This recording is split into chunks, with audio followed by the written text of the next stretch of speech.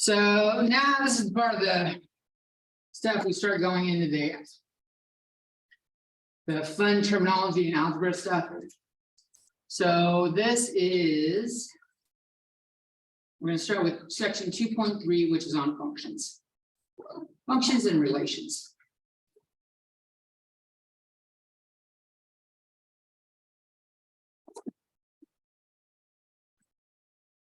So a relation is just a set of ordered pairs.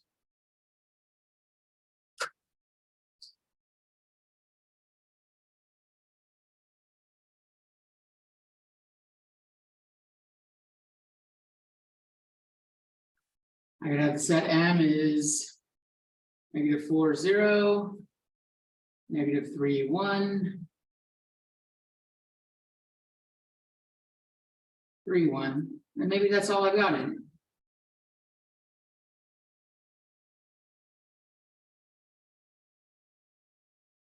I'm gonna have 2, 3. I have 3, 2. They can switch around.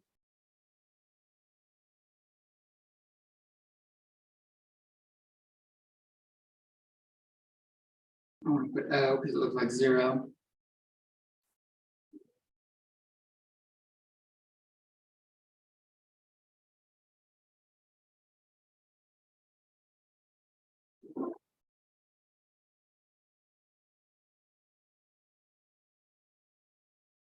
All of these are relations. Give me a second to write that down. Some of them are functions and some of them are not. So we're gonna let you write down. We'll identify what makes a function, and we'll look at this and say, are these functions?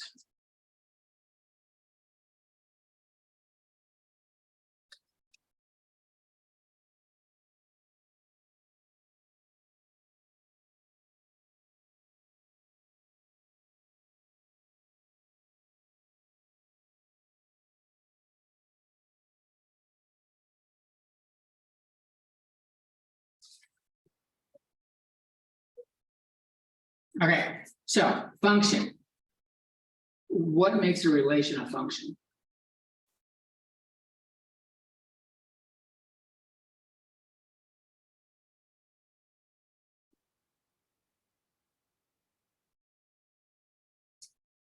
To put it simply, for each x, there is only one y.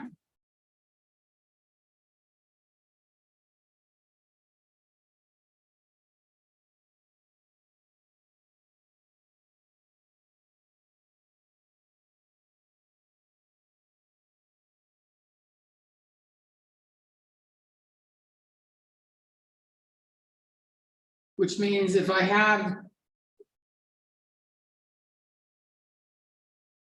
two values or two pairs with the same x,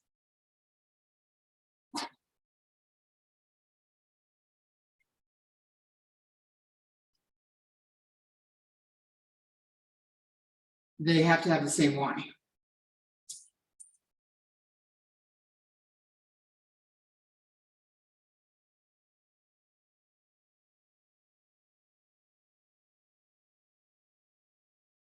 I do not know why I put a curly brace at the end of that. Just random flair.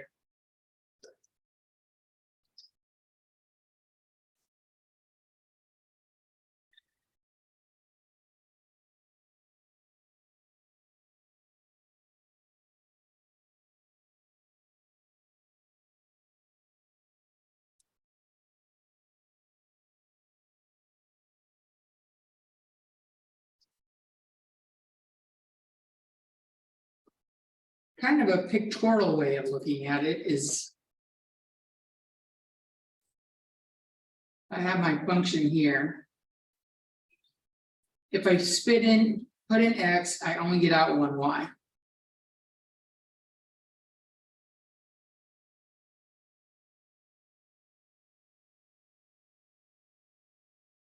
So x is my input and y is my output.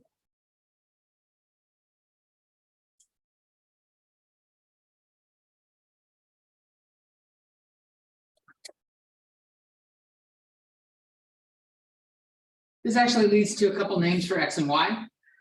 Since for functions, what Y I get depends on what X I put in, we tend to say Y is a dependent variable. Because it depends on X.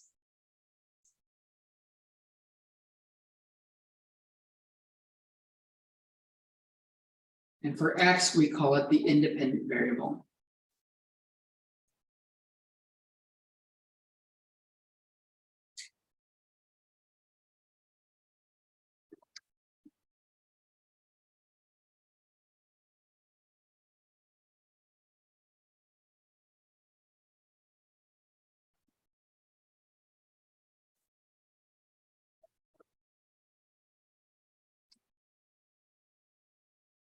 And they call functions, one way of doing it is F parentheses X.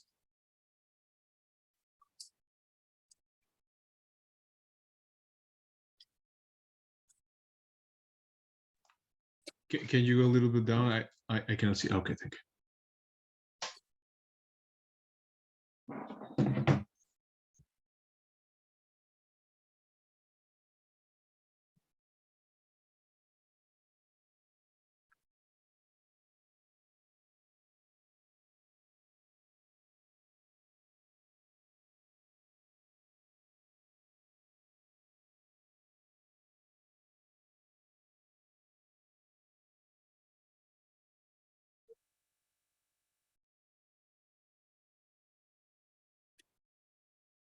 So, which ones of these up top are functions?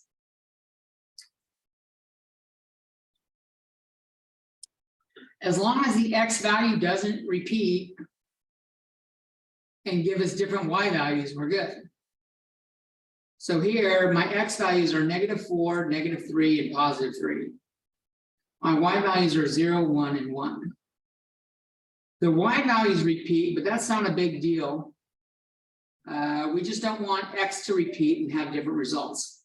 X doesn't repeat here, so this is a function.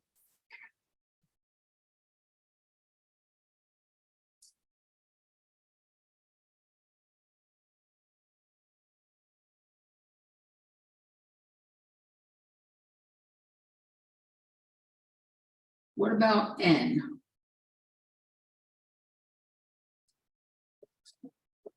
It is, right? My X values are 2, 3, 4, and 5. The X value never repeats, so there's no chance of it fucking up. That one definitely is. What about P? P is not a function. Why?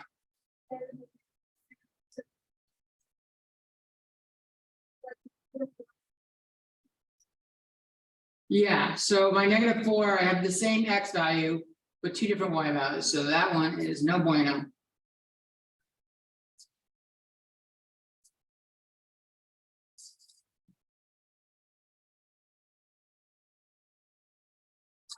Another way they show these points up here.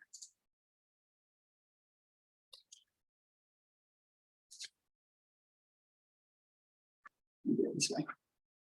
See how much I can. Sometimes they'll do it like this. We'll show the X values over here, in like parentheses, and I'll show the Y values over here in parentheses. And they draw an arrow connecting them. And as long as the no arrow on the, or no point on the left leads to two different points on the right, it's good. These are the X values and the Y values. For the one that failed,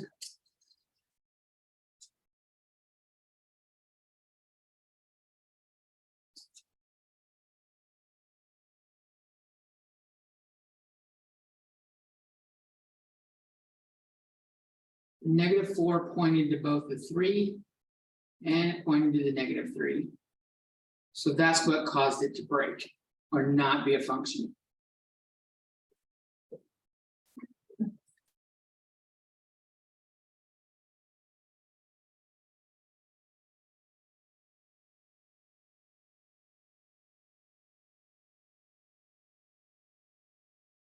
Sometimes they'll ask you to find it looking at graphs.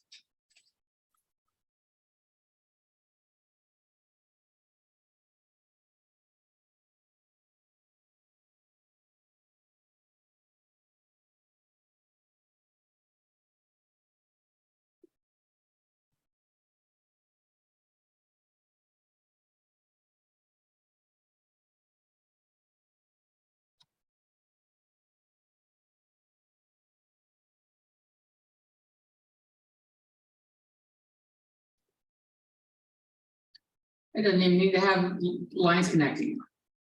It'll just be 4 points like this. Is this a function or is this not a function?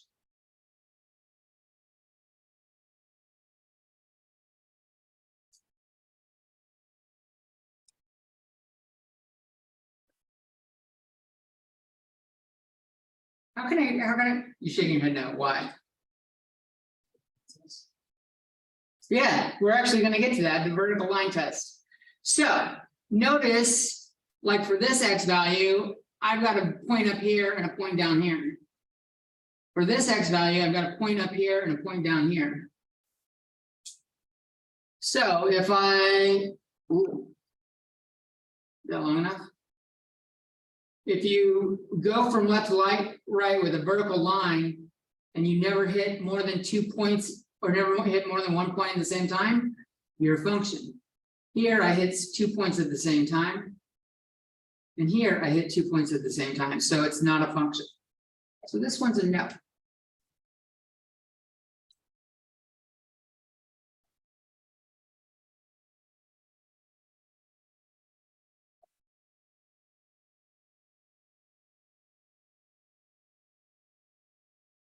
What about that?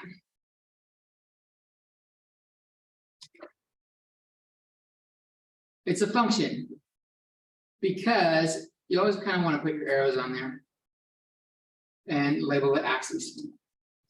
I was being sloppy when I did all this.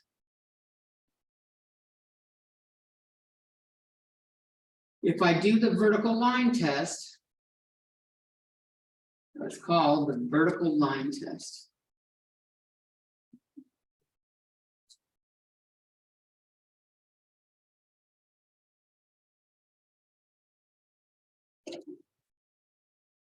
If I go along this, I never hit the line more than once at any given vertical part. And it gets close, like the steeper it gets pretty close, but it never actually does it. So this one is good. This one's a yes.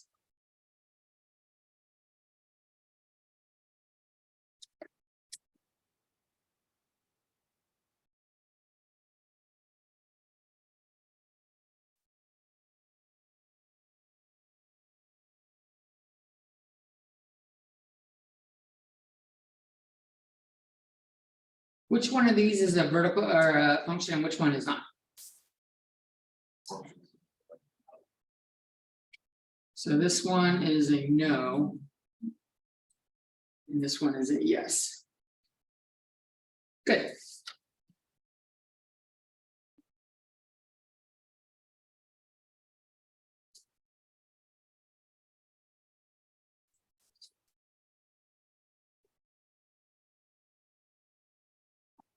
So circles aren't functions, Circles are not functions, correct? even though we have like formulas for them. Even though we what? You know, we have like, you know, the formula for it. The formula doesn't make it a function. It's just a convenient way to describe how to get this result. So that's an excellent question. Circles do not,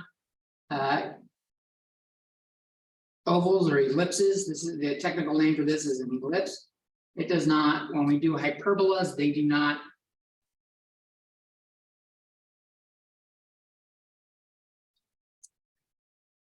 This leads to another idea.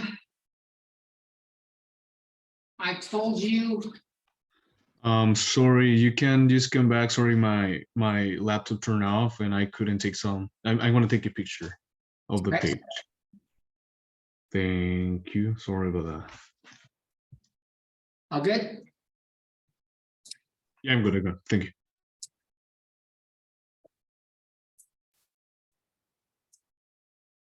Oh, so I had told you we use this to describe a function. This is read as f is a function of x.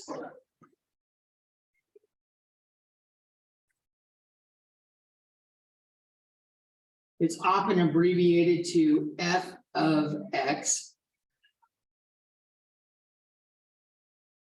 or f at x.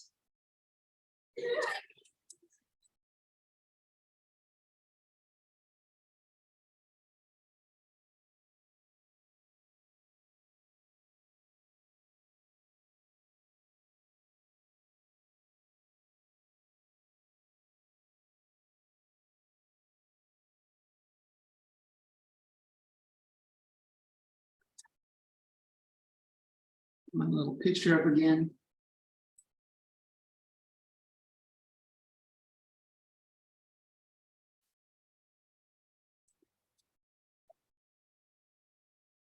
And since once you plug in the value of x in the function, it's indistinguishable from the output, we say y equals f of x. These two are interchangeable.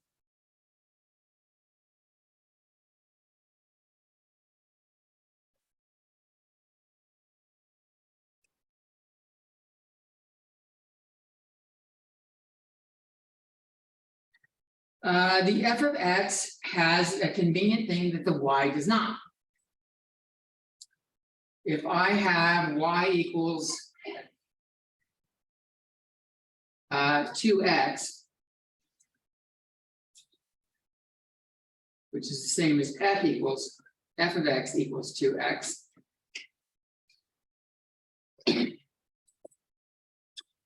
When I plug in 1, I'm going to set x equal to 1 for both of them. When I plug in the 1 for x here, I get y equals 2 times 1. So y equals 2.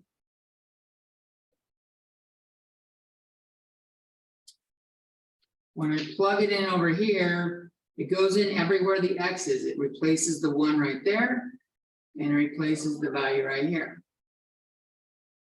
So this tells me f of 1 equals 2.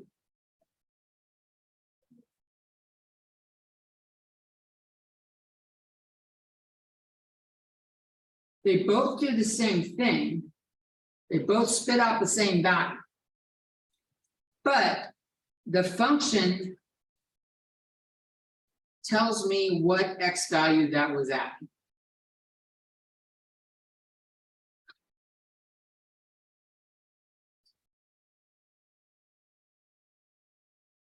So it retains the information that you put in, which is handy, as long as you know how to read it that way.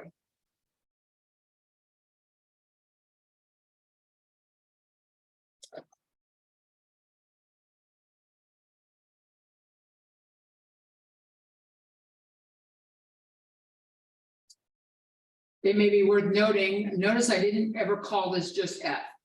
I did not say this is f times 1 and just leave it as f. F of x is not f times x.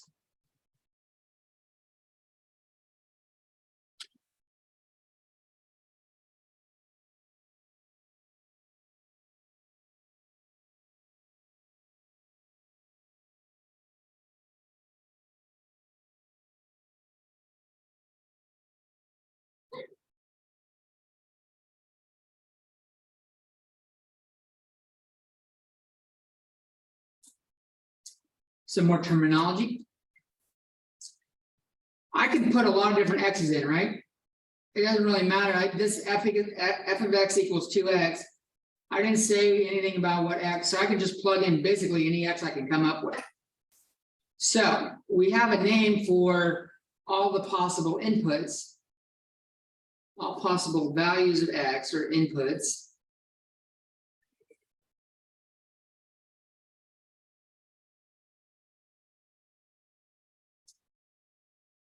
It's called the domain.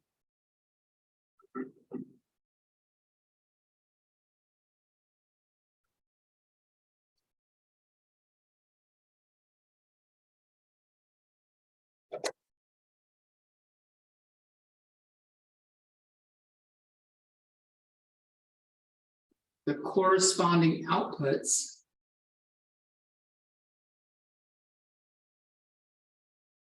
are called the range. So all possible y values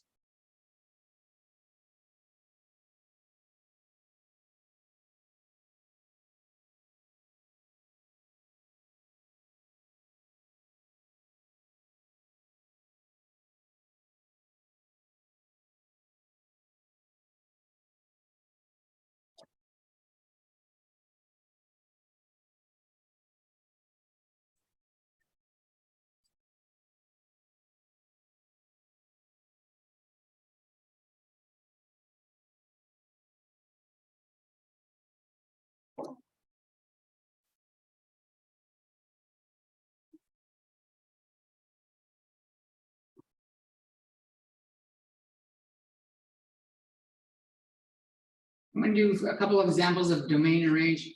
I guarantee you, I promise you, this is a test product. I will ask you at one point, what is the domain and the range of this function? It is guaranteed to be on the test. So let's look at some examples of finding the domain and the range. We'll do it with just looking at graphs, and we'll do it looking at equations.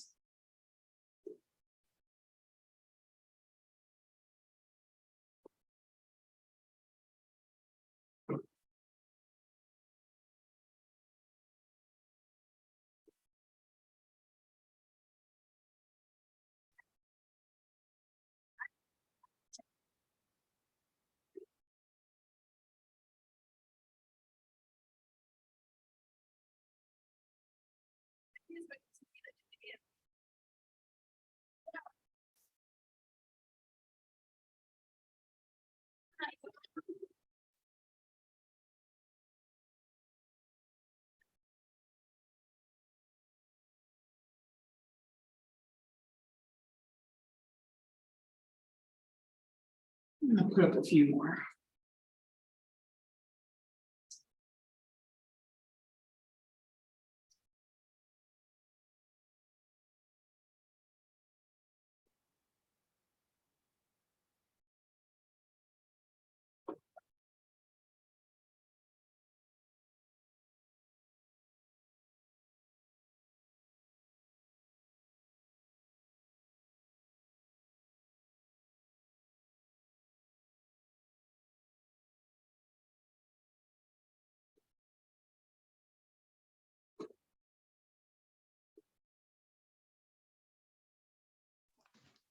I'm sorry, Mr. Jones. Sorry about that. I fell behind with the notes. Just can come back a little bit to the other one. I'm gonna take a picture real fast. I can slow down. You just gotta tell me before I keep going. Okay, thank you. I got it. That applies for any of you. If I'm working ahead of you, tell me slow the fuck down. Okay? Thanks, let's wait. Thank you. Let me wait for pins to stop moving before I continue, because clearly I'm going too fast. Okay, got it. Thank you. Other people are still writing, so.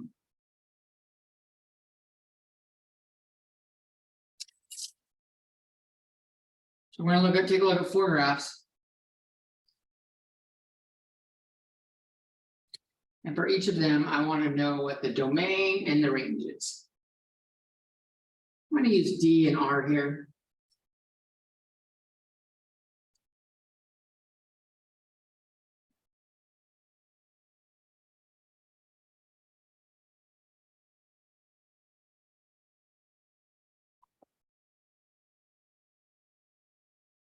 So for this first graph, what values of X can they be? I heard -2 and +2, because that's -2, right? And that's +2. Is that it? That's not it. It's everything in between. So all of these points have little x's too. So the domain is everything in between them. So if we do like interval notation, so let's use interval notation.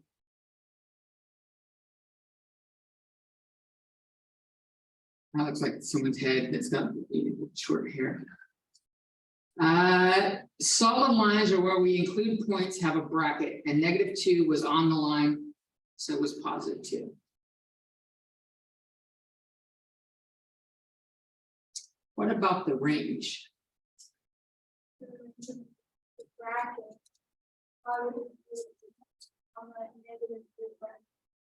Close. We go from left to right or down to up. So we start, so either you start on the left and go right. It's very like if you were to do the vertical line test, which this fails, it doesn't mean it doesn't have a domain and a range. This just means it's not a function. But if you go left to right, that will tell you when you're hitting the graph, it tells you your domain. If you do like start at the bottom and go up, that'll tell you where the range is. So it starts at -3, and I'm hitting the green line all the way up until I get to the 3. So the lower numbers are always on the left.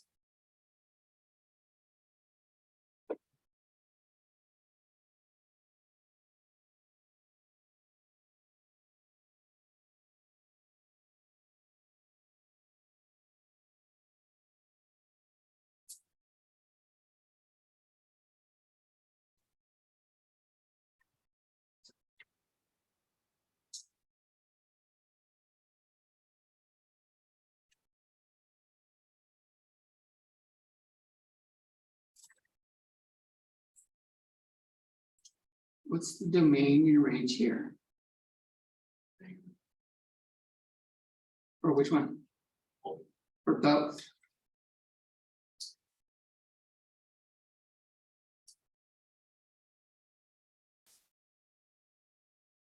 Almost all lines have this domain and range.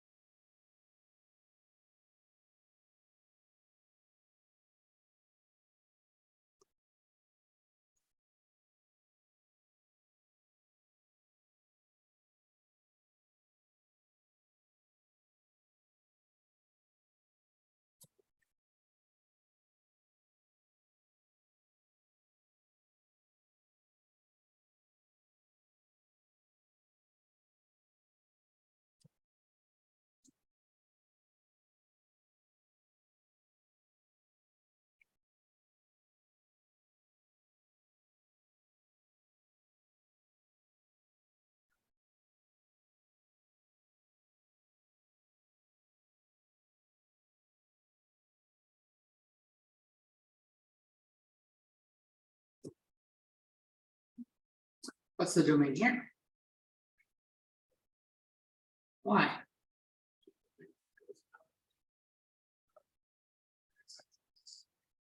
That's correct. This is negative infinity to infinity, and it's hard to see visually. Because the more we're going down, it doesn't look like we're going out very much, does it? But we are. We're going out a little bit. And so if we go like zoom way the fuck out, we'll see that it gets wider and wider and wider and wider. It takes a long time to get to, well, you'll never reach negative infinity, but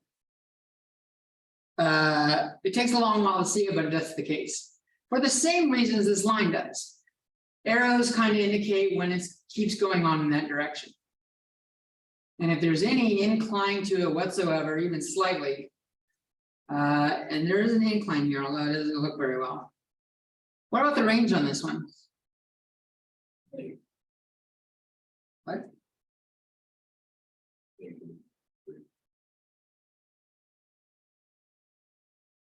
And we're going to include the 3, so we're going to put a bracket. So if we start at the bottom and go up, we hit it at negative infinity, we stop hitting the graph at 3.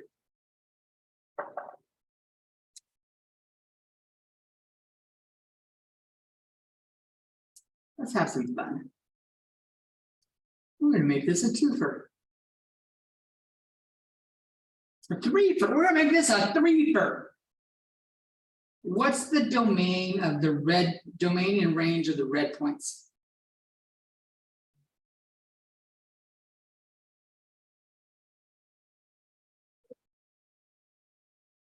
Domain is -1 and 2. And we can't use the parentheses because it indicates an interval. So we're gonna use curly braces to indicate those are the values. And if I could draw a good curly brace, that would look a lot better. God, that looks like I had a seizure while I was drawing a fucking thing. What about the range? 1 and 3.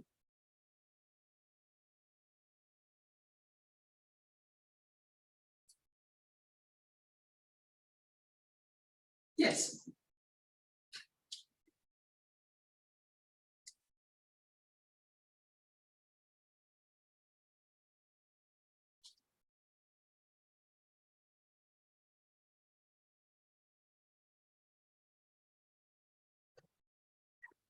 What about the green line?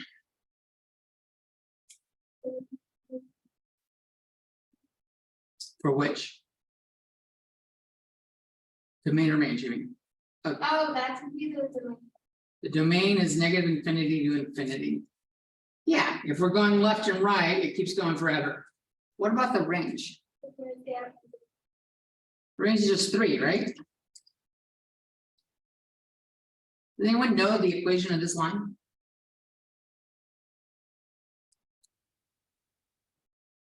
Y = 3. This is the line y = 3. Yes. There's no x in it, so it doesn't matter what x is.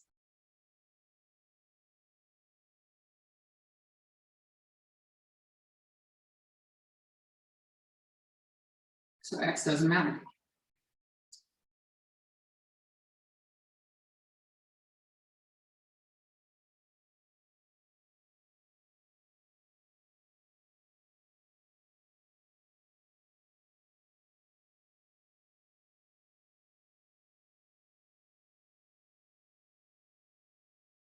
What about that line?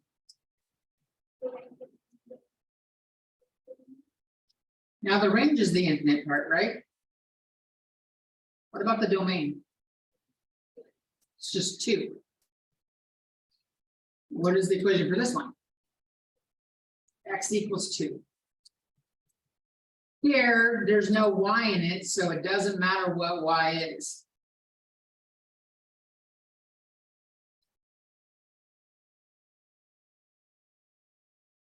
No matter what y.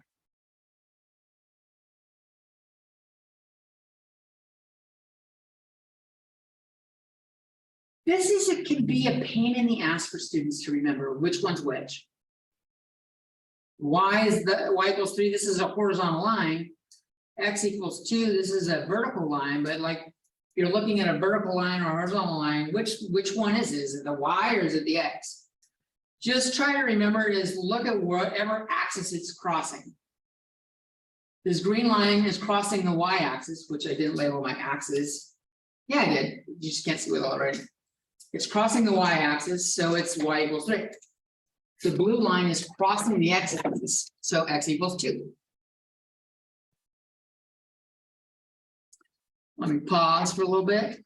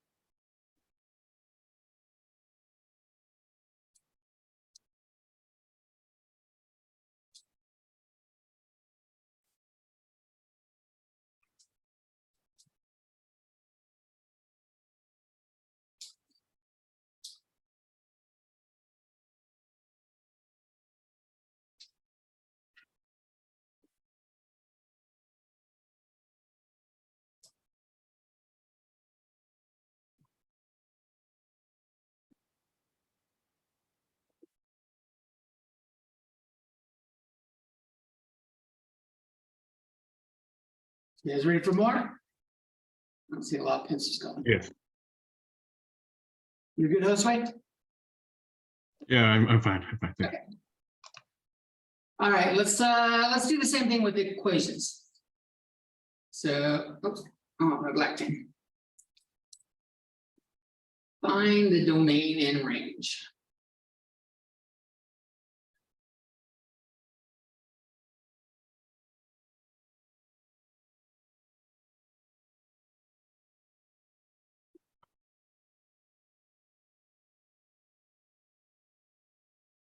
And is it a function?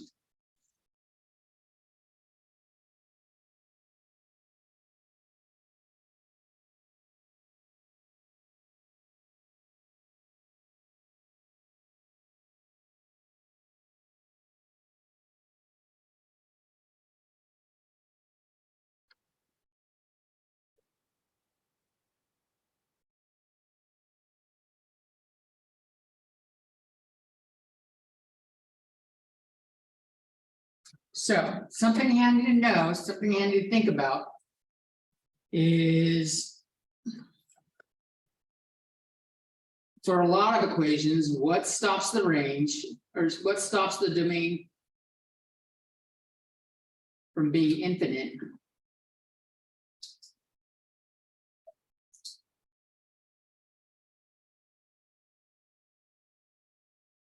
Is shit you don't like to see in math anyways.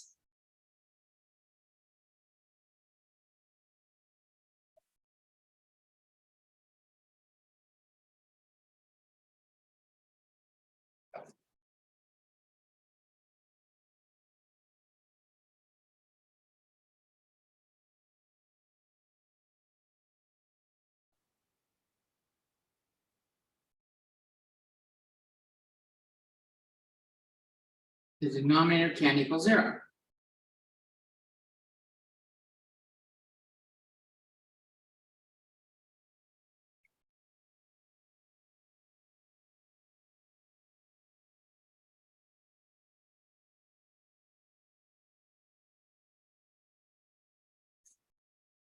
We want positive values inside radicals.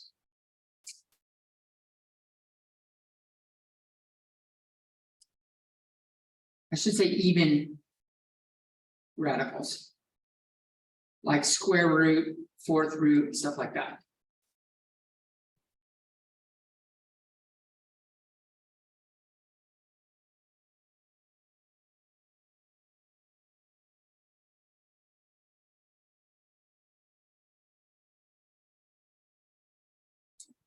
When we get to it, logarithms. We haven't done these yet, but with logarithms, x has to be greater than 0. Well, really the inside. I want to say x. Inside is greater than 0.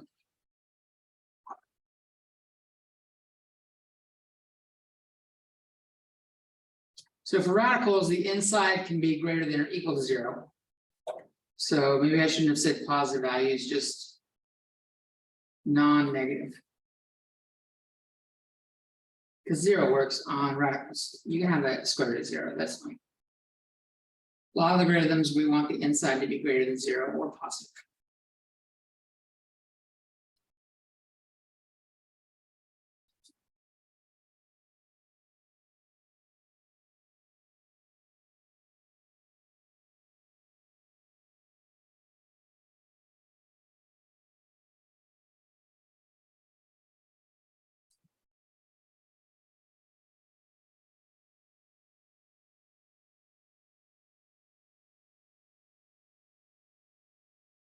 So I look at y equals 2x minus 5. Do I have any problems here?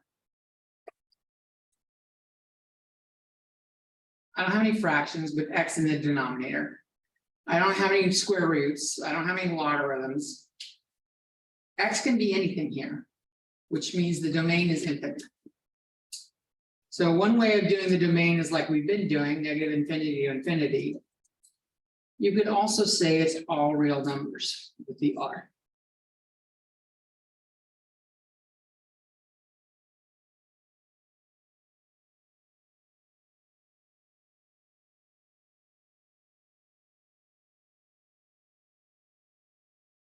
And we looked at 3 different types of lines. We saw the vertical line here, the horizontal line here, and any line on an incline. Any line on an incline, the range also had full possible values. So it can be all real numbers as well.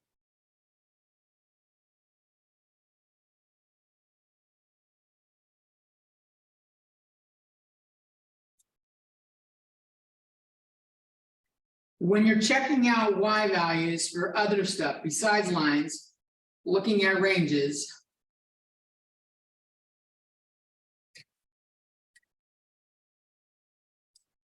check around where it goes negative to positive. From negative to positive.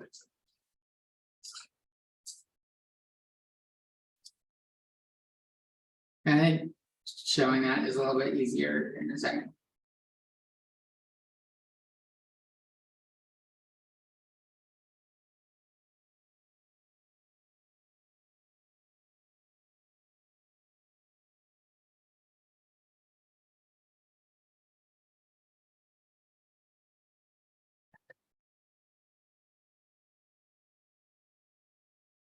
So let's take a look at y equals x squared plus 3.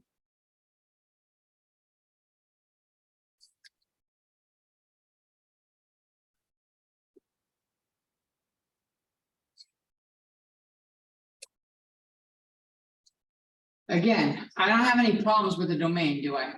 No fractions, no radicals, no logarithms. The domain should be all real numbers.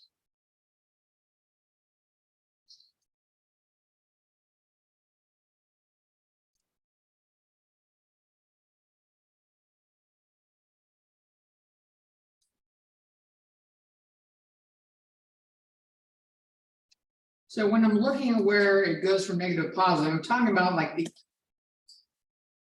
the X stuff. So here from when X goes from negative to positive.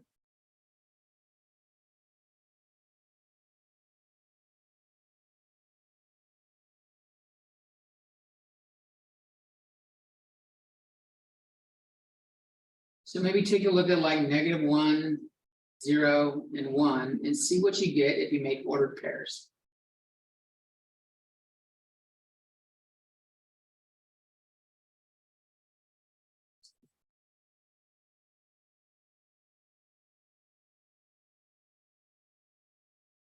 Eventually, for a lot of graphs, you'll be able to get an idea of what it is just by looking at it, and you'll learn that this semester.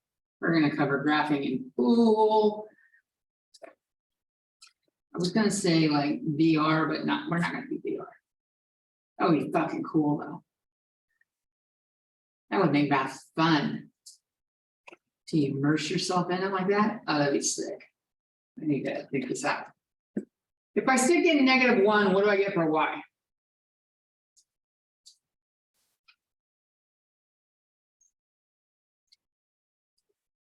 Four, right?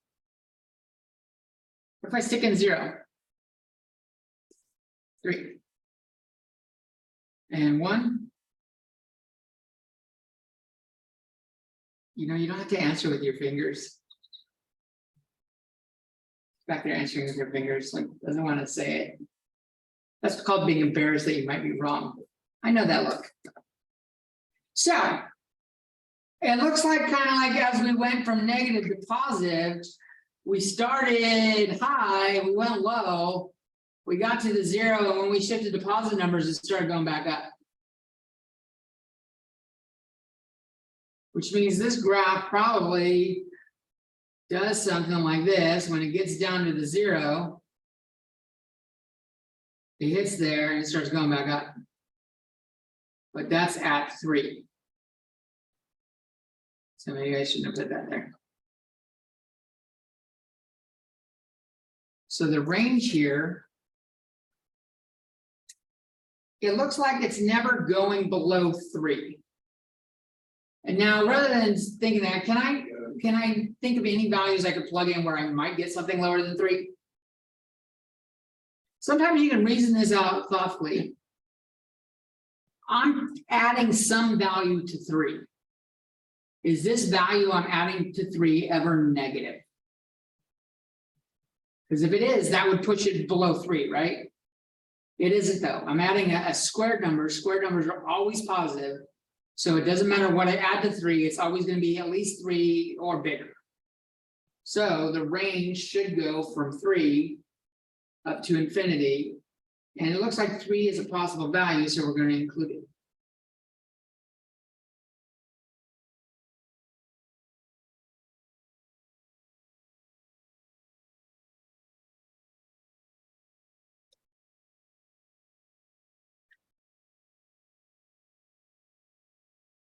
What about x is the absolute value of y?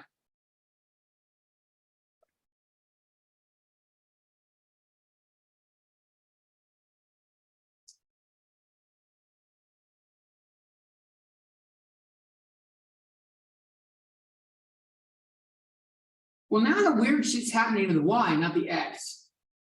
This kind of changes my strategy of it. If the weird shit is happening to the y,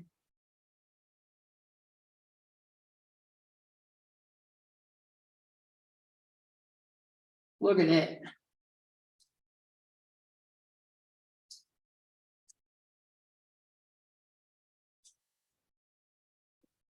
Is there anything restricting me from plugging any value in for y?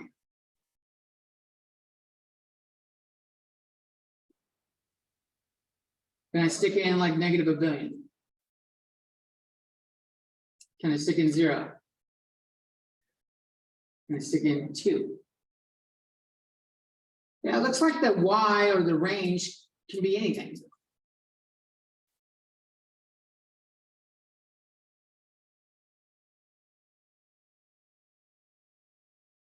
What about x?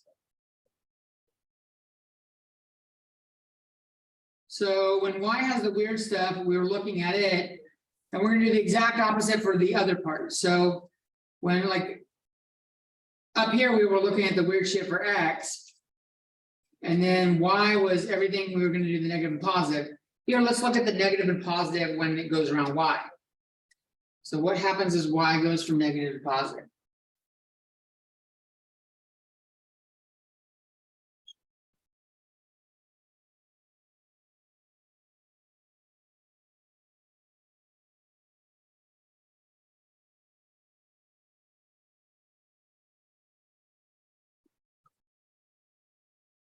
What's the x value? X equals -1. 1. Just plugging it in and I'm taking the absolute value and getting x. If I stick in 0, what do I get? 0. And if I stick in 1, 1. So it looks as while y goes from negative to positive, x drops from 1 to 0, then back up to 1 again. And right around 0 is that crux point. It looks like it can't go below 0. And here we're talking about the domain. So the domain can't be less than 0.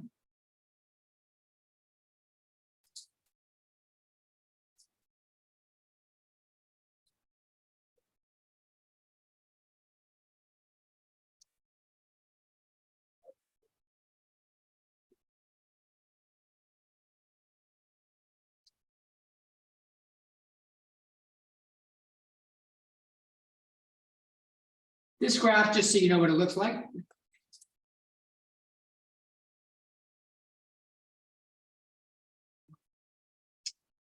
Goes like this. That's x equals the absolute value of y.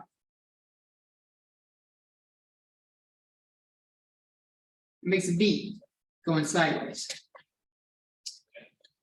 Y equals the absolute value of x makes a V going upwards.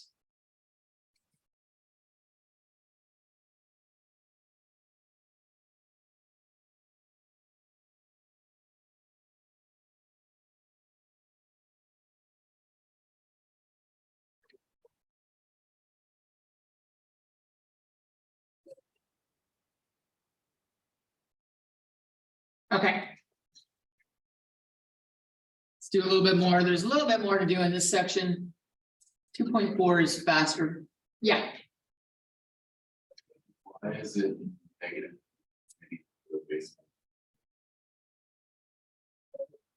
I have it going the wrong fucking way.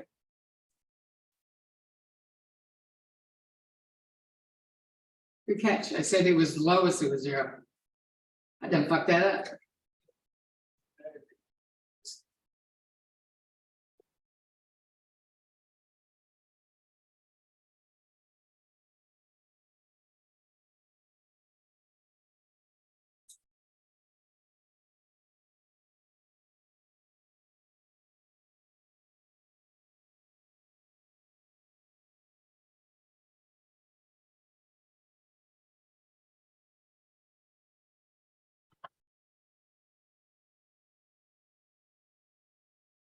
Okay, ready for some more?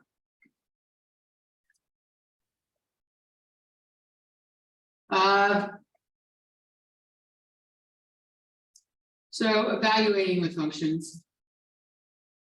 We've already done this a little bit.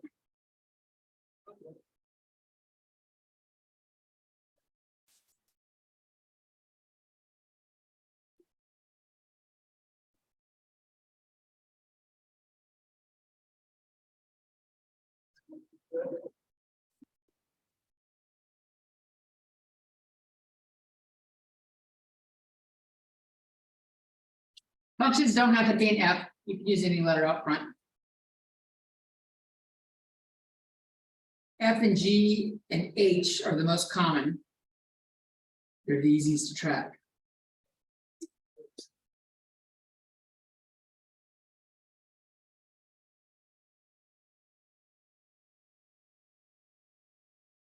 And this is also called function notation. So what we're going to be working on is function notation.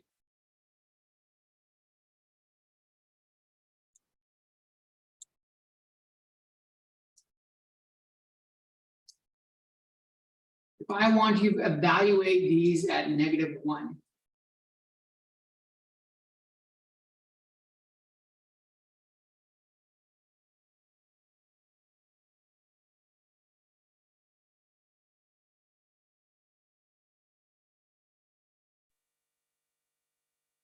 I have f of -1 equals, and everywhere x equal, I'm just replacing all my x's with -1s.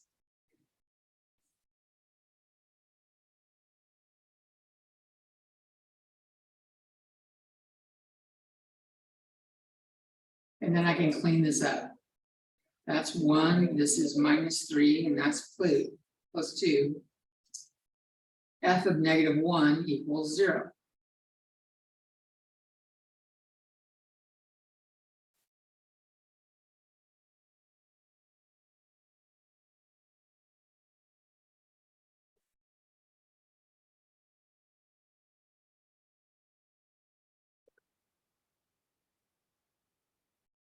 What about G of -1? What do I do for that?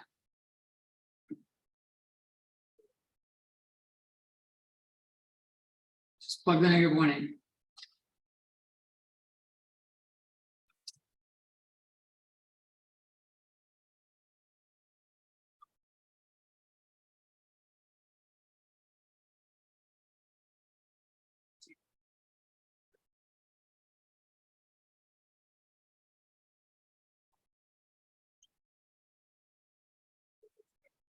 Remember, for both of these, this is like saying where y equals that.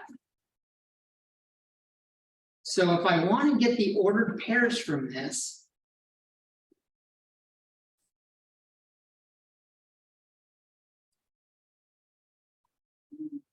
f of -1 equals 0 translates to when x equals -1, y equals 0. So my ordered pair is -1, 0.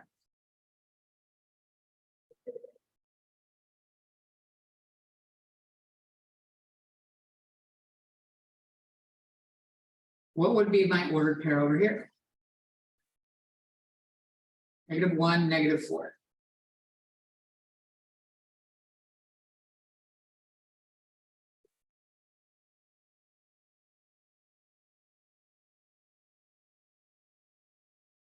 What if I say evaluate at x equals r?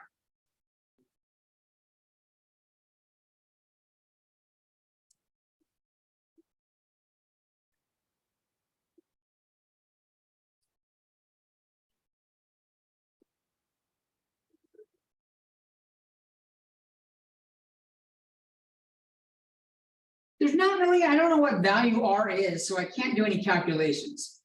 All I can really do is just replace x with r. Which means this is gonna look like f of r equals r squared plus 3r plus 2.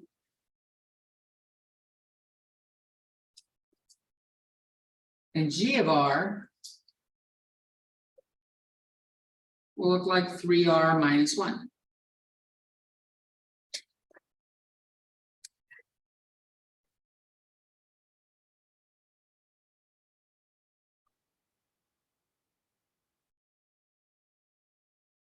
Sometimes they'll have you do it at other values though. They might say when x equals r plus 2. I don't want to deal with this with the f because it's going to take a while. Not too long, but kind of have to multiply it out. I think it's just easier to show you with the g of r what's going on. I'm replacing x in g of x equals 3x minus 1 with r plus 2.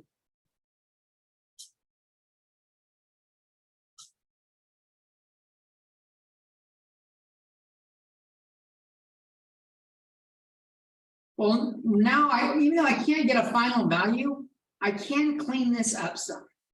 I get rid of the parentheses. If I distribute here, this is 3r plus 6 minus 1.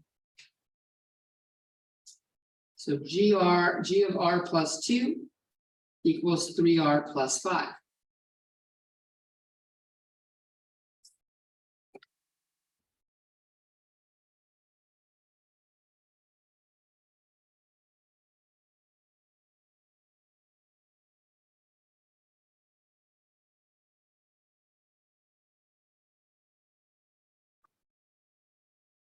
You guys having a good time? This is fun. It's exciting, huh? It's stimulating. It makes you go, You guys ready for more? I'll have the folks online. If you need it longer, Yeah. let me know. Give me a minute. Just give me a minute. Okay.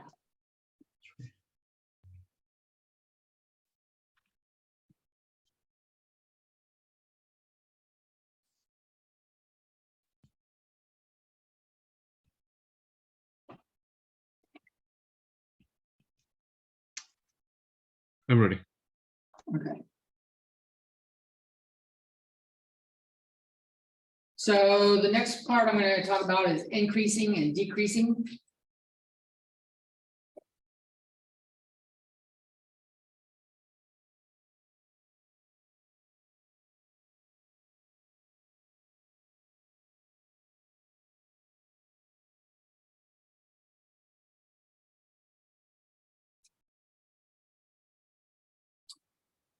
I'm just going to graph y equals x squared real quick.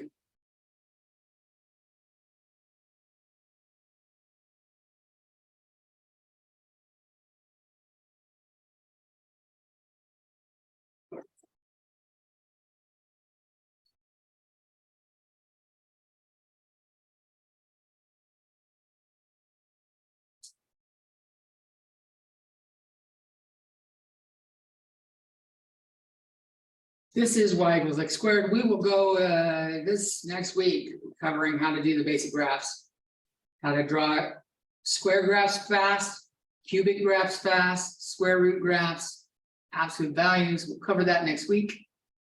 But we're covering some other topics this week. So increasing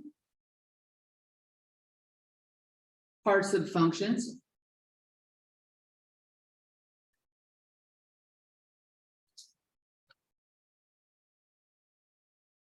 Are when y goes up, or when the graph goes up as we go from left to right.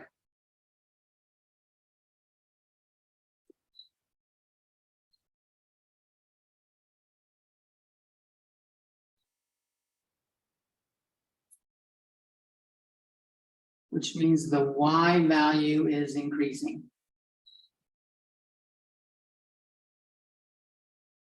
As X increases.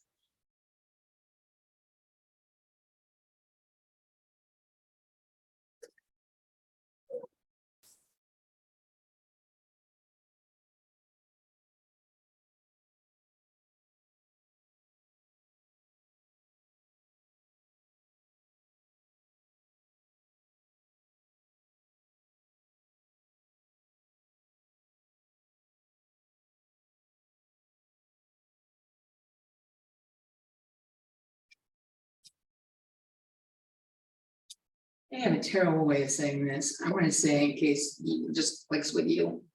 It's very math jargony. When x1 is less than x2, f of x1 is less than f of x2.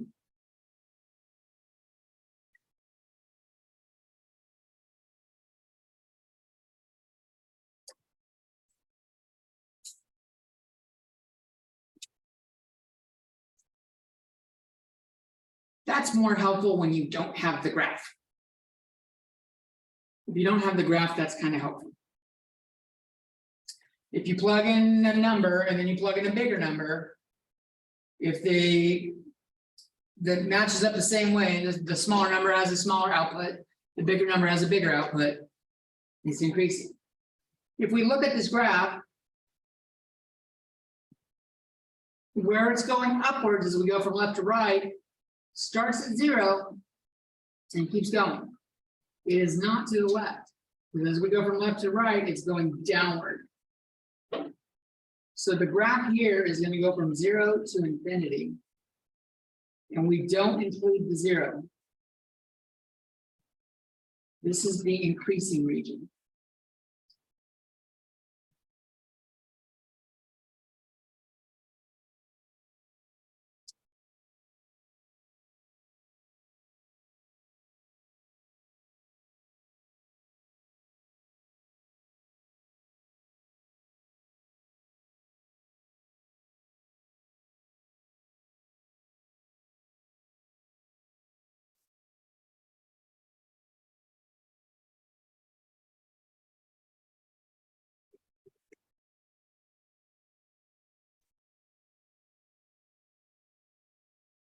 Decreasing parts go down from left to right.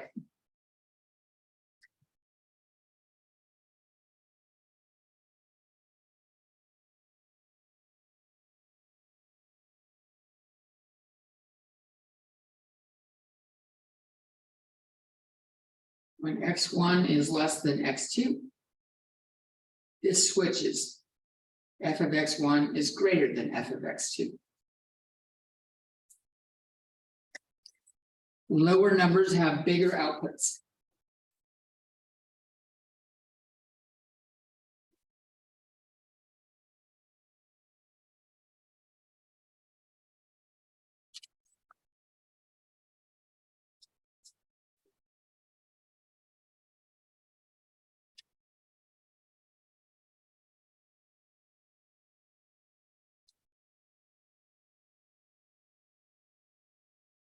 Where is this decreasing?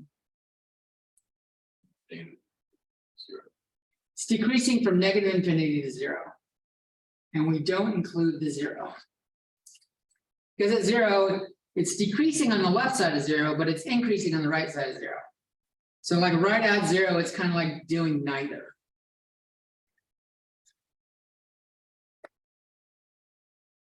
In fact, later on, we'll find out that's what we call a critical point. But that's another day, many, many moons from now. Well, I don't know, is a moon like a full like new moon to new moon? There's not that many new moons in one semester. There's many days from now. Ready for some more? Oh, the last one.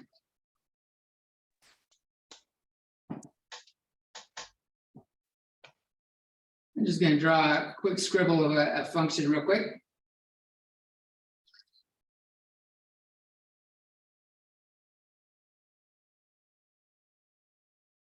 We covered decreasing and increasing, but what about flatline sections?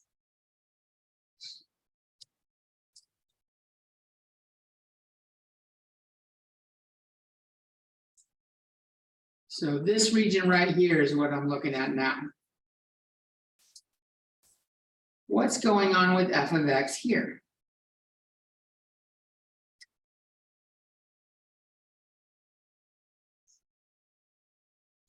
It's neither increasing or decreasing, which means it's not changing. Because if it was changing, it would increase or decrease. Since it's not changing, we call it constant. Constant regions.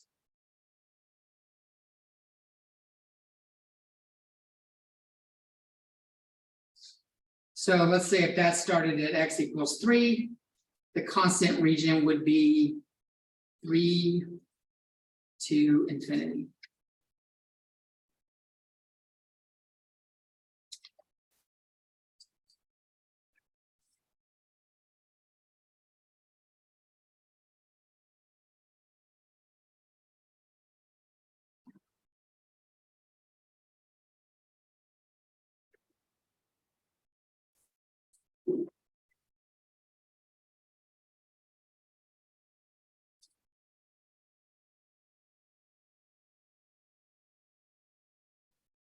You guys ready for more? Online? Yeah, we're ready. Or I am. Let's Yes, try I'm it. ready. I'm ready. I'm ready for more. This is going to segue into the next section. The next section is short. We've actually done some of the 2.4 already. This segues into it. Writing an equation in function notation.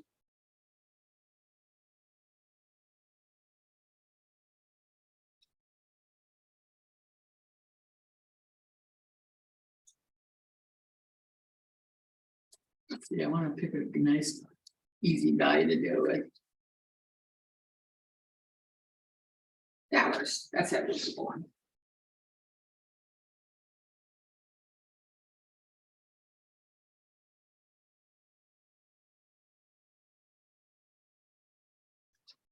To write in function notation, and you'll know if you can do it or not, is whether or not you can basically do this and get away with it without having a bunch of ugly stuff. Solve for y, and then replace y with f of x.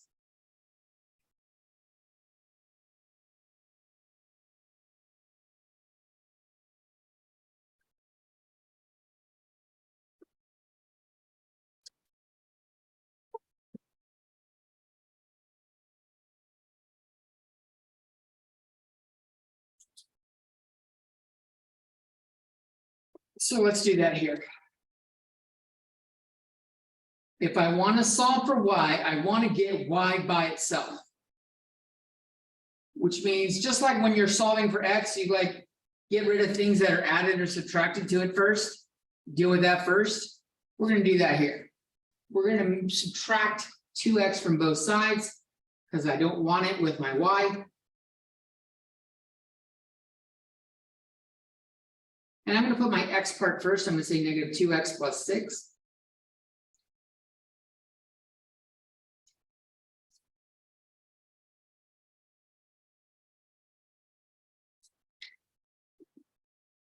And if I divide both sides by negative 3, make sure you do negative 3.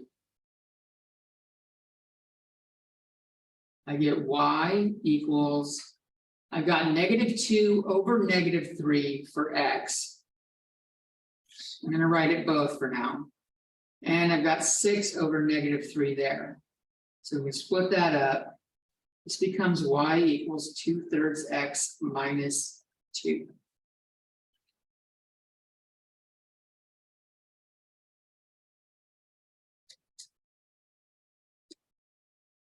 And now to finish writing that in function notation, I replace the y with f of x.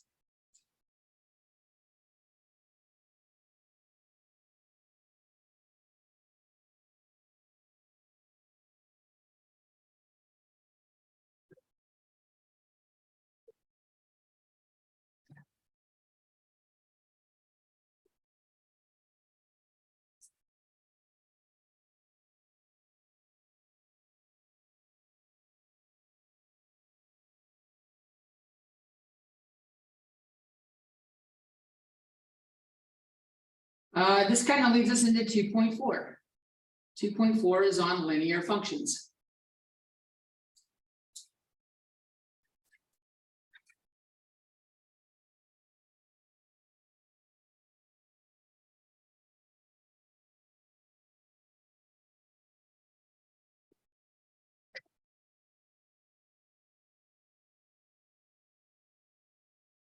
F is x is a linear function.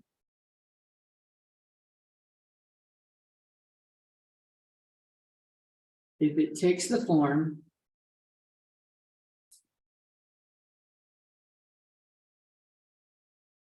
f of x, the book has it using a right here, but I'm going to use m, and x plus b, where m and b are real numbers.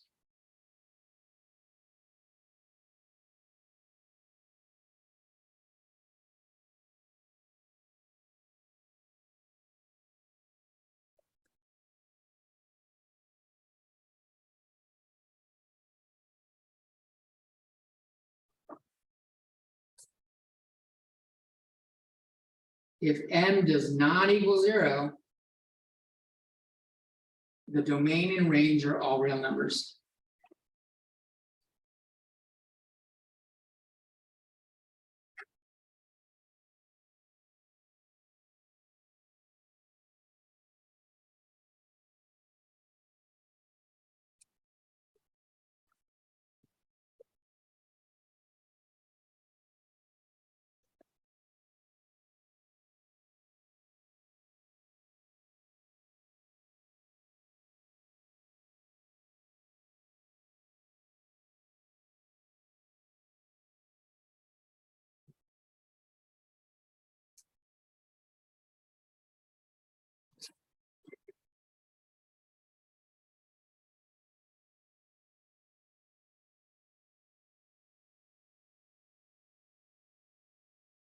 If it's written as, use a different color here. You have an equation ax plus by equals c. They call this the standard form.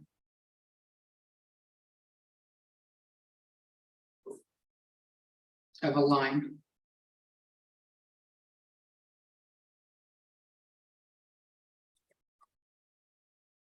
That's kind of like the 2x minus 3y equals 6 we had up above. That's the standard form of that line.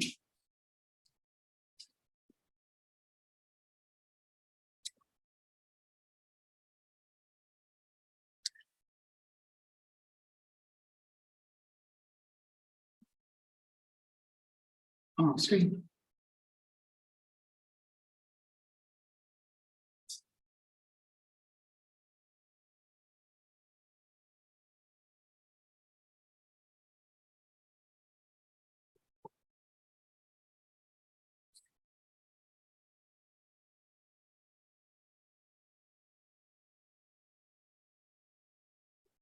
Let's graph this line.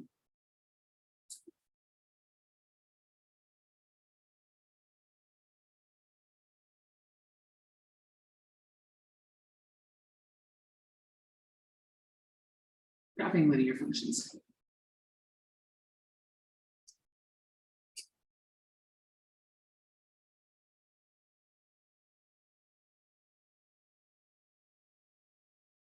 We're going to do it in the standard form way, and we're going to do it in the linear function way.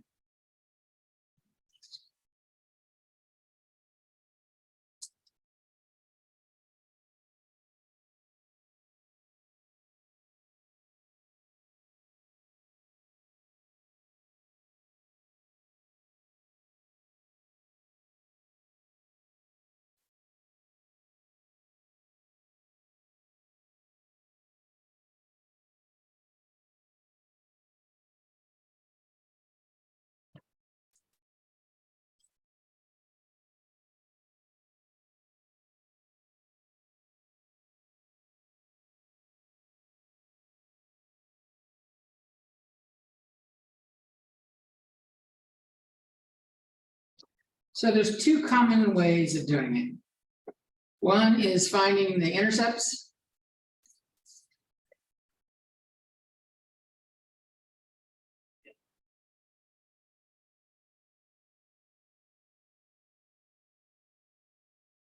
That's one way. And the other way is find a point and the slope.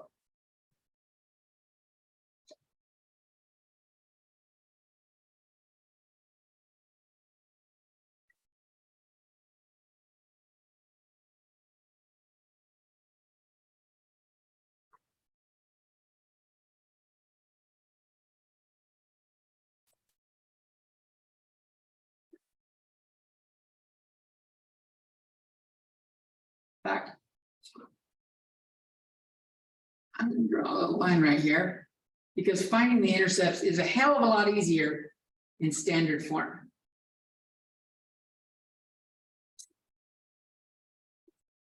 As a reminder, the x-intercept is when y equals 0. And the y-intercept is when x equals 0.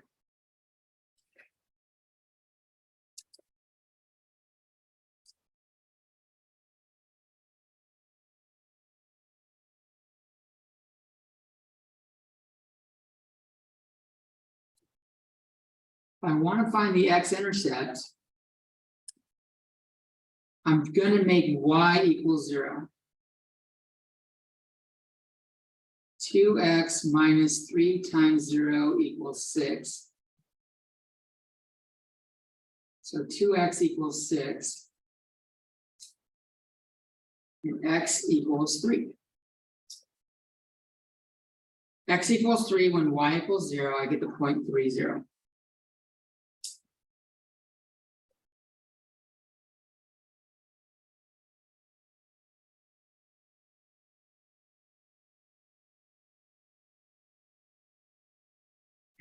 To find the y-intercept, we said x equals 0.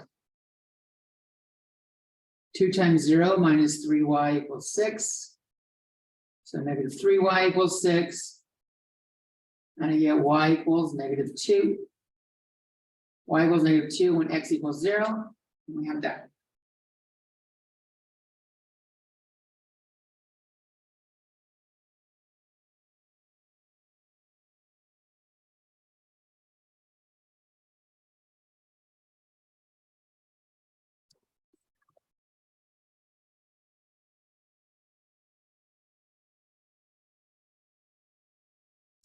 You can actually find the y-intercept on the linear function kind of easy. Do the same here, x equals 0.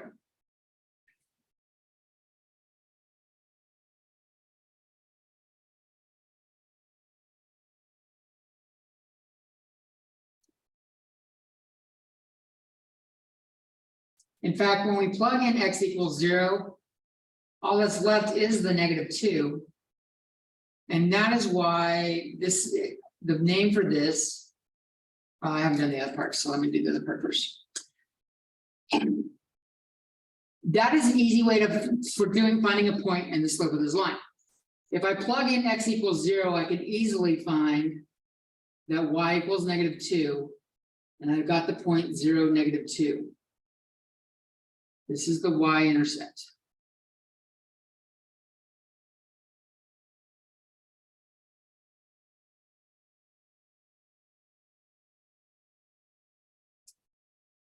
The slope equals the m in y equals mx plus b, or f of x equals mx plus b. M is the change in y over the change in x.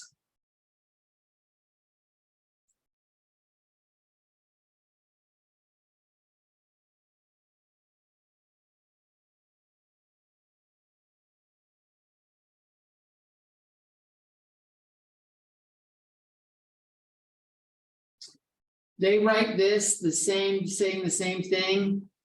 They put a triangle y and a triangle x. This is, it's red delta y over delta x. The triangle is the delta letter in the Greek language. And delta means change in mathematics.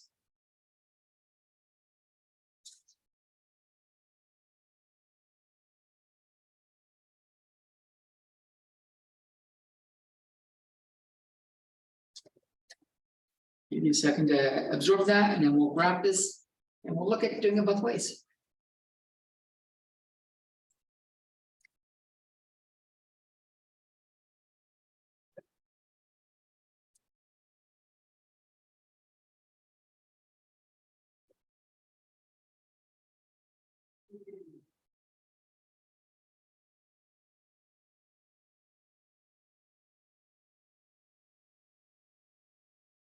So if I look at this, the m is the value in front of x, the value in front of x.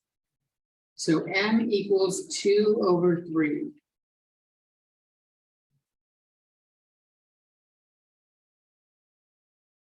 And that's my delta y over delta x.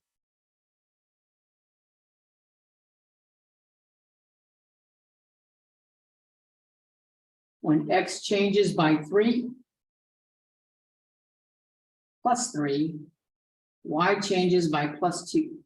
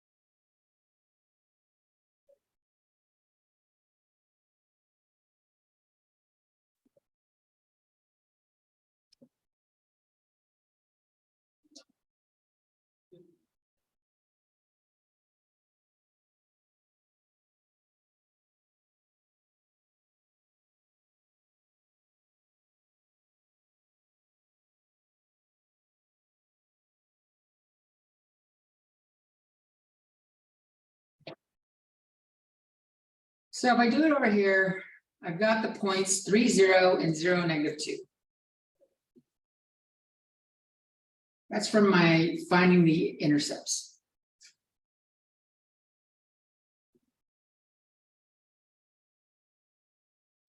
And I can connect the dots. I'm not going to do that yet because I want to show that the linear function does the same thing, doing this point and this slope.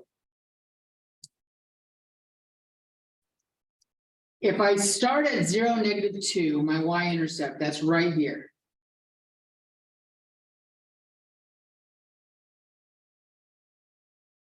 This says as x changes by 3, y changes by 2. As I go right 3, y goes up 2. So plus 3 plus 2. I can do that again. I can do plus 3 there and plus 2 here. And I could put another point over here.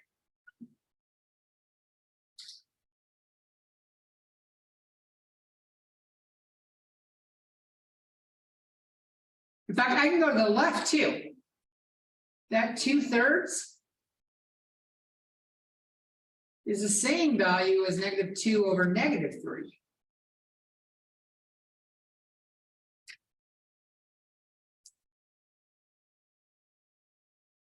And that means if I have a negative change in x of 3, meaning going left 3, I can go down -2.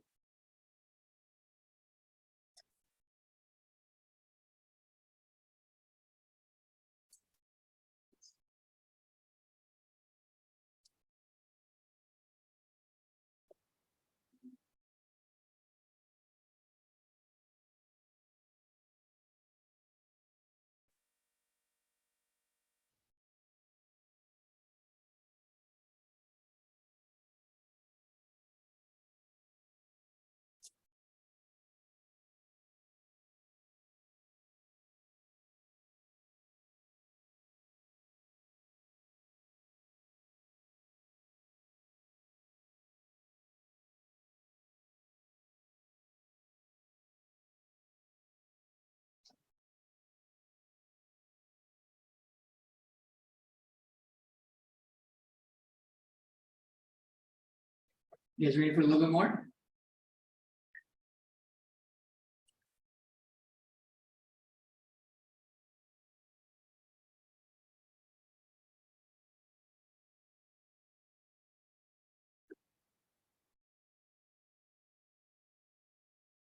You good, that's right? Oh, sorry. Yeah. I'm ready. Yeah. Let's take a look at that slope again some more.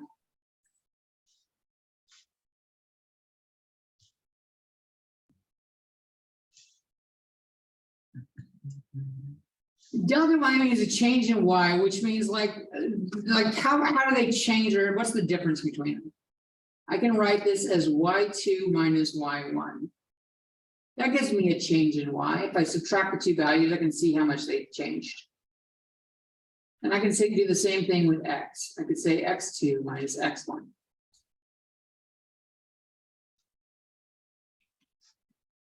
This is how you find the slope given 2 points.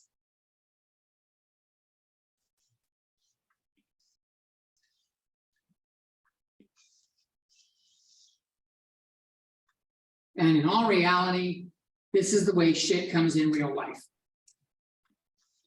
Like shit doesn't come as an equation. They make an equation by looking at the resulting values of what happens. It's really, We'll look at some examples of this.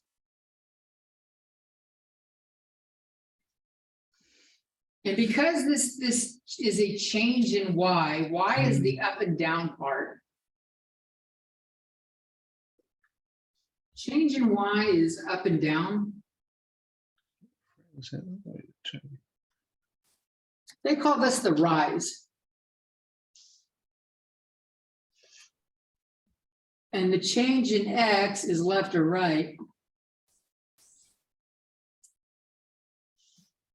And I think they really just chose this word because it starts with R. And it's like what you would do if you were running from left to right. They say rise over run.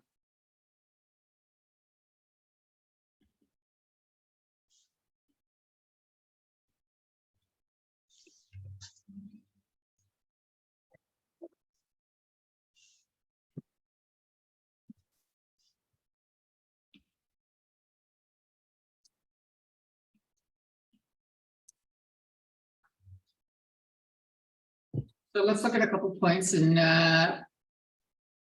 find the slope.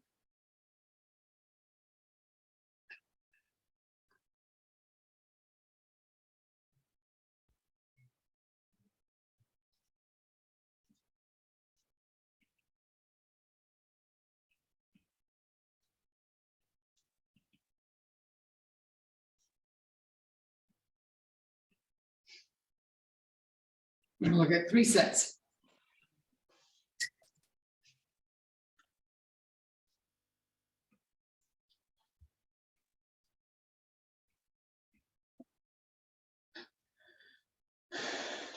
In each case, you're best off just making sure you mark one of them as 1 and one of them as 2. And it doesn't matter which one you do. But you have to be consistent when you plug the shit in. Is that last one -9, 10? -4, -10, and -4, +10. Okay.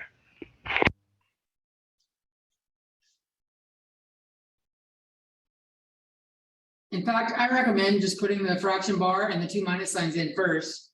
And especially if you use different colors when you take tests or do your homework or whatever, use different colors for the rest. And try to match it up with that y2 minus y1 and x2 minus x1. And just be consistent with it. So I've labeled point 1 as -2 and 4. Those are the numbers on the right. So my x is a -2, my x1 is a -2, and my y1 is a +4.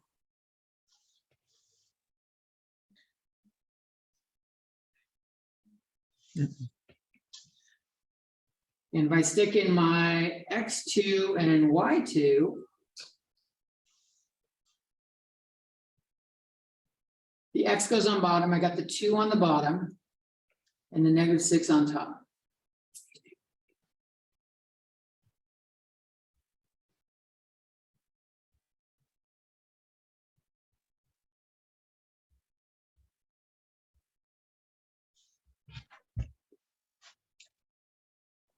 So if I clean this up a little bit. I've got -6 minus 4 on top is -10. 2 minus -2 on bottom is 2 plus 2. 2 plus 2 is 4. And I can reduce that down to -5/2.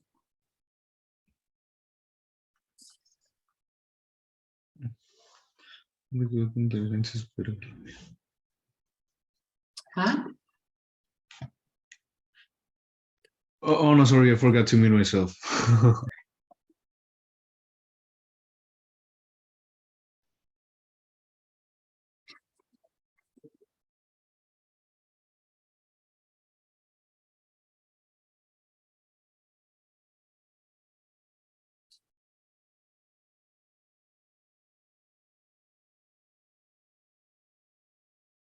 We can do that with the next one. Label that 1 and 2.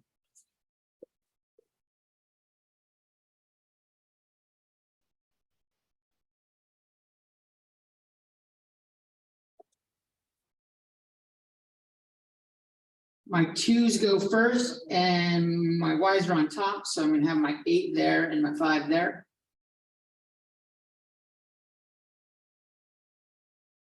And number 1, the 8's on top and the -3 is on bottom.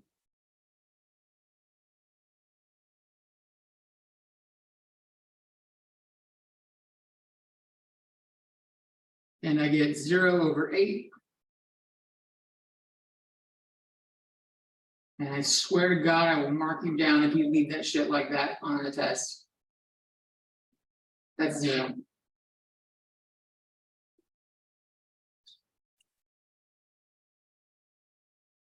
But it is kind of helpful for looking at what kind of line this is. If I see the 0/8. As I go left or right 8. Left or right 8, I go up or down 0. What kind of line is like that? Not the center. A constant line or a horizontal line? A horizontal line has no up or down.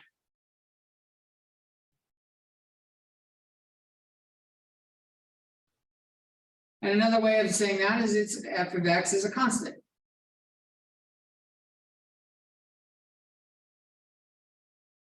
In fact, what is that constant for this problem?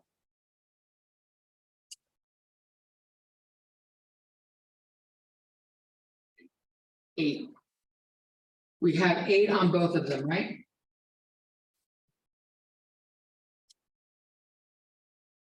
That means I've got 2 points above each other. This is y.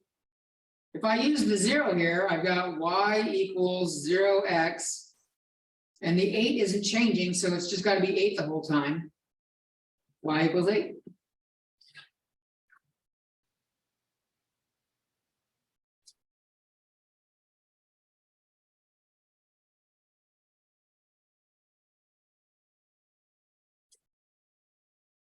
What about the last one?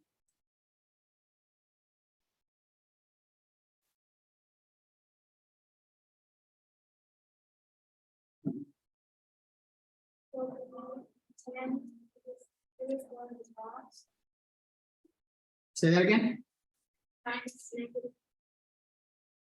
No.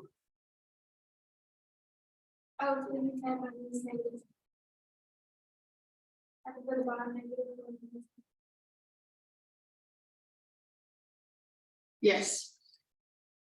That's if you label this one as 0.2 and this one as 0.1. If you switch the order, as long as you're consistent, you'll get the same thing. You'll just have 2 negatives that cancel each other out. On top, I get 20. On bottom, I get -4 minus a negative is plus. So -4 plus 4 is 0. We can't divide by 0. This isn't, the slope is undefined here.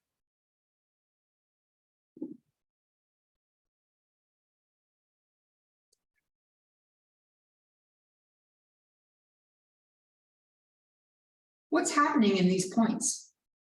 What does this line look like?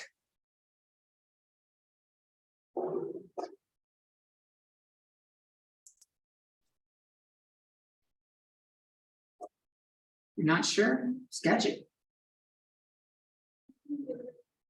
-4, -10 is like down here. And -4, +10 is like up here. That's my y. This is a vertical line. This is x equals -4.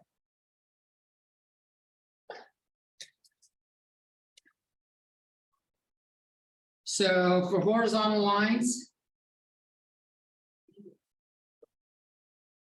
m equals 0. And we got y equals some value. So call it c. Y equals a constant. Vertical lines, m is undefined. And we get x equals a constant.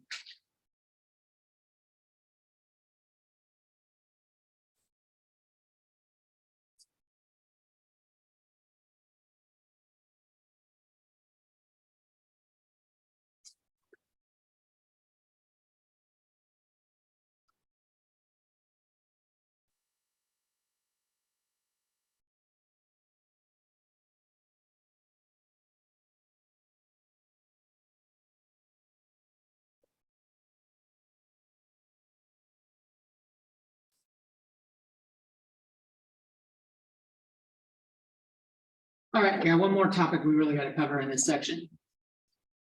Well, two, but one of them is like, Just give me a minute to take a picture. I got it. Thank you. anyone else still writing? Everyone good? So we were able to find the slope given 2 points. Finding the slope when it's listed as a linear function is pretty easy. What about when we start with the standard form? Finding slope from standard form.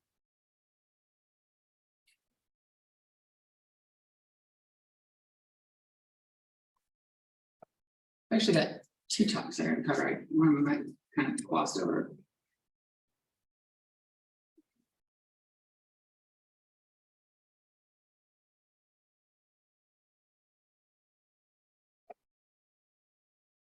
So let's say we have 2x minus 5y equals 10.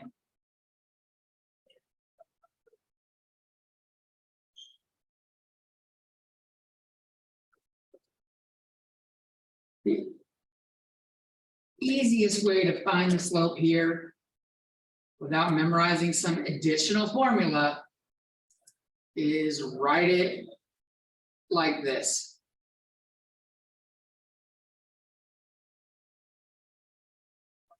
You already know how to solve for stuff, so we're going to do that here. I will subtract 2x from both sides. And then we'll get -5y equals -2x plus 10.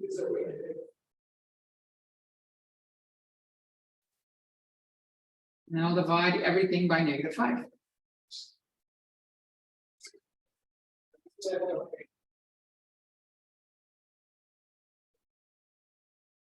And I'm left with y equals -2 divided by -5 is just +2/5. And 10 divided by -5 is -2. That's my slope.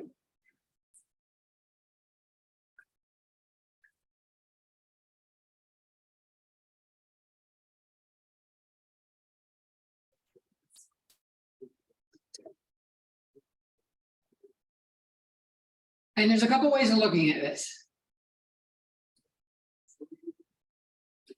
When x goes up 5, y goes up 2.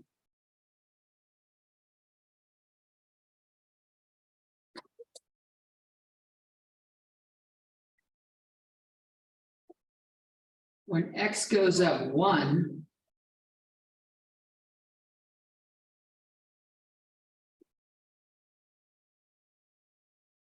y goes up the value you see. 2/5.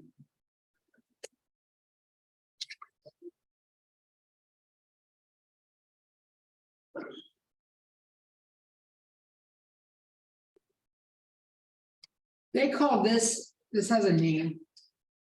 This is called the average rate of change.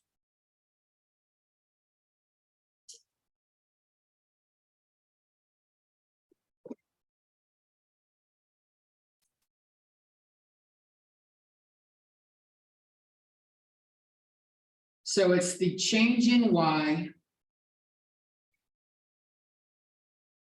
per unit change in X. And you're gonna get slowly inundated with this. In math, unit equals 1. The unit circle has a radius of 1.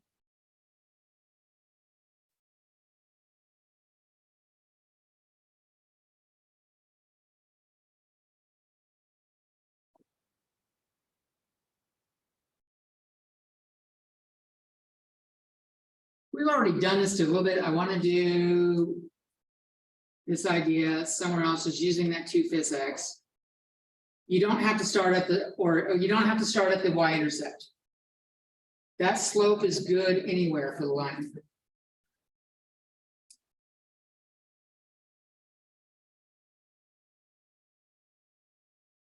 Given a point.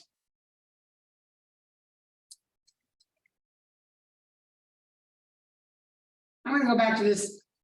We have -2, 4, and 2, -6. We found the slope to be -5/2 just a little bit ago.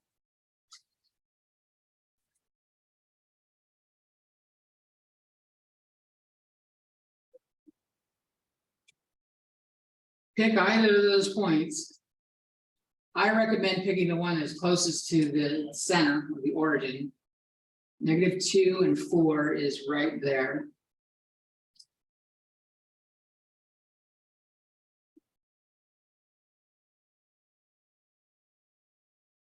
And when I go right 2, I go down 5.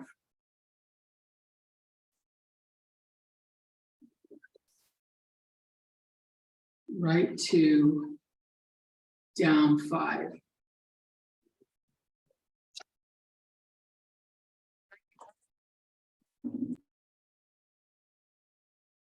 So here I didn't start with the intercept. It works at any point. You can use that slope for movement. In reality, you don't draw the green arrows. I'm doing that for teaching to kind of indicate what I'm doing. You just kind of do the movement. And if you got it all written down and you don't have any questions, you're free to go.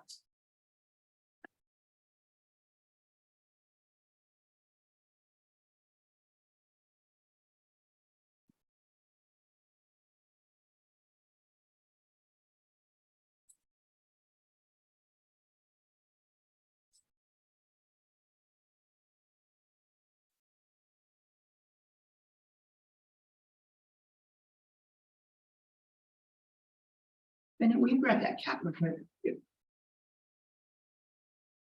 Thank you. You too. I'll see you guys next week.